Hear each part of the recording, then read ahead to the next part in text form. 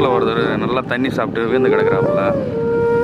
சரி நம்ம அந்த வழி போகிறோமே, விழுந்து கிடக்குறாரு, யாரை கூட்டின்னு போகிற, நாஜி இல்லாமல் இருக்கிறாருன்னு நம்ம ஒரு ஹெல்ப் பண்ணலாமேன்ற மாதிரி அவரை கூட்டின்னு போகிறோம்.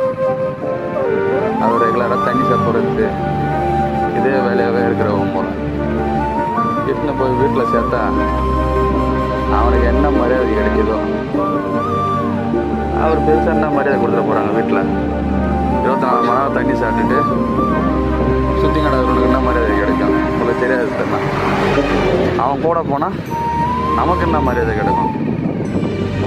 இருக்கிற 4 பேரும் அவங்க வீட்டில் இருக்கிற 4 பேரும் நம்ம நெருப்பை பார்க்குற மாரி பார்ப்போம்.